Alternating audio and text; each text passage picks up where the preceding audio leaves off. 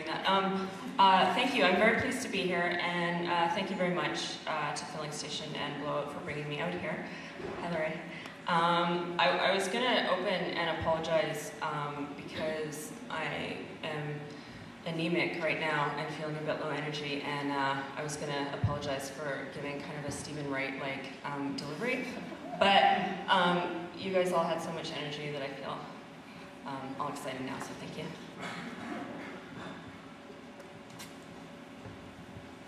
I'm going to read one piece from Sick, which is coming out next year, and then I'm going to read some new work that I've been writing, and this first poem is for someone who's in the audience here tonight.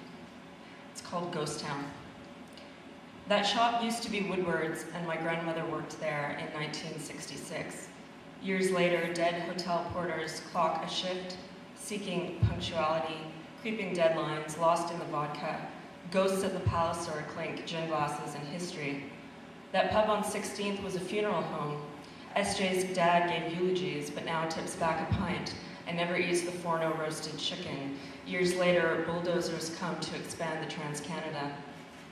Though first owners descend from Africa, social studies never taught me to imagine a black face in Calgary circa 1915, a port wine cellar, brother rooming with the missus, clock that affair for a new front porch, conduct the new light rail transit.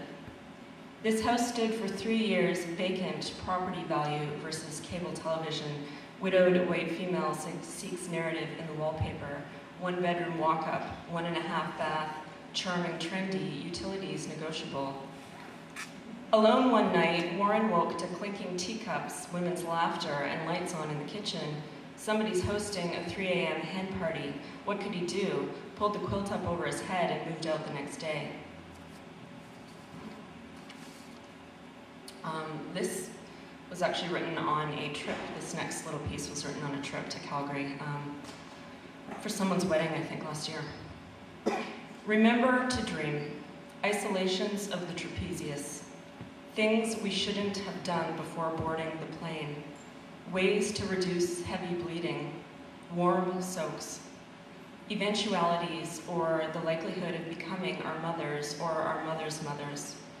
Incorrect answers to the question, and what's your destination today? Ripe and luscious, like a 20-year-old smoking a cigar under the early evening snow. Some cultures have more than 100 words for sexy. The yellow fields, the thrill of ascent, the river ribboning through the gray city, the smog casting a neon haze over the landscape, the realization that these road maps are totally fucked. We saw you standing on the curb, picking celery from your teeth with your fingernail. We were repulsed and turned on at the same time. We were never too proud to deposit a check from the newspaper distribution company for $1.75, though certainly this was small recompense for years of cursing and kicking at faulty newspaper boxes. We contributed to the demise of planet Earth copyright by printing all of our Google Earth copyright searches. God, I miss that sebaceous cyst. Should never have had it excised. Sexting, getting textual. Let's plexiglass. Let's get intergenerational. We just wanted to retain language and sincerely apologize for having firebombed your internets. Artists, a found poem. Reality Check from Toronto, Canada writes, there is an important point to be raised. There are way too many artists in Canada. Seriously, look at the numbers quoted in the article.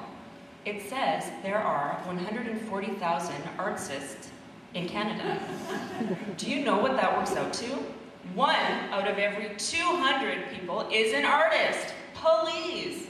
Canada has less than half that number of medical doctors, about 1 doctor for every 500 Canadians. People, there is no reasonably justifiable need, and there is no reasonably compelling need to have so many artists. 1 out if every 200 people and artist?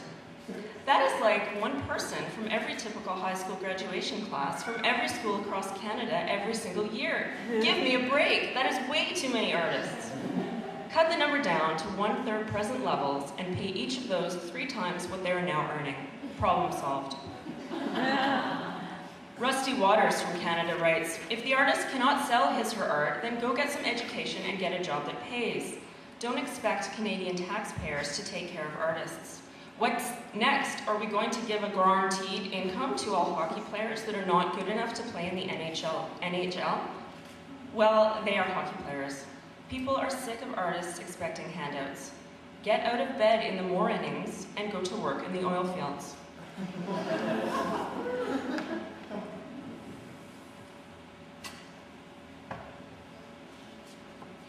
Zarni YYC from Canada writes, if you aren't making enough money from your artistic endeavors, get a different job. This notion by many artists that they are owed a living or should be subsidized by taxpayers is ridiculous and reeks of the nanny state mentality that plagues our country. Art isn't going to disappear because taxpayers aren't raked over the coals to support it. Michelangelo wasn't supported by taxpayers and neither was Da Vinci. So spare everyone the dribble that the Western world would be without either if not subsidized. Stan Consultant from Canada writes, oh, and BTW, I forgot to mention that I've also found in my experience that all government-funded artists are vain, conceited, narcissistic, arrogant, selfish, egotistical, exhibitionists, trite, petty, smug, lazy, and self-indulgent snobs. Melchior Gaspar Balthazar from Ships of the Desert Canada writes, every public dollar spent sustaining a poet is a public dollar not spent on training an MRI operator. Demands for arts funding are plainly immoral when you consider the whole consequence. Sue W. from Canada writes, there would be fewer if they got a real job, and there would be even fewer if our government stopped subsidizing their bad career choice.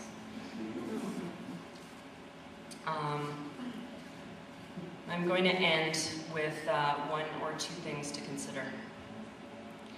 Are you looking for oil? She is the system. She is entirely affectation. All she wants is transcendental experience, but she only wants transcendental experience. She is chasing the white dragon. She likes Valentine's Day undies, which don't die or make fat jokes. She's 29 and seemingly incapable of speaking professionally. She wouldn't know business acumen if it spanked her in the ass. Are you managing your weight? Washers and O-rings. A stimulus package to end all stimulus packages. The kind of brain drain you can wrap your thumb and index finger around and then squeeze, applying ever-increasing pressure with your fingernails. Hovering inside the oil field, somewhere between second and third base. Gelatinous. Water-soluble. A brew you'd only serve to your most hated great uncle. General decay. Are you finding a job?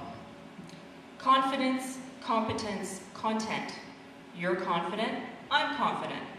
We don't want no stinking socialism, neither. We want myth-making for our grandchildren and our grandchildren's grandchildren. We want to blast dynamite in caverns below the earth. We want to farm in. We want yellow fields from horizon's edge to horizon's edge. We want 21st century cowboys with gold-plated balls and platinum-plated knuckles. We want to hitch a ride on the back of the water buffalo. Are you writing a poem? Careful, don't dilute your brand. He claims to be a writer, but he can't prove it. Real or perceived failure rates. Try not to be a loss leader.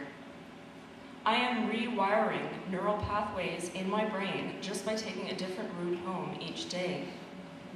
How's my internets? Visit http://www.gofuckyourself.org. All we are writing is our own obsolescence in the wind. Poetry, just another dead language for the ivory tower. Remember, sleep at night and be awake during the day. You should write that down. My dad said that. We tried to sign up for the course to manage our brand identity online, but it was already full. So we spammed the college with the same 20 tweets every hour on the hour. I wonder if indie bands are primarily concerned with writing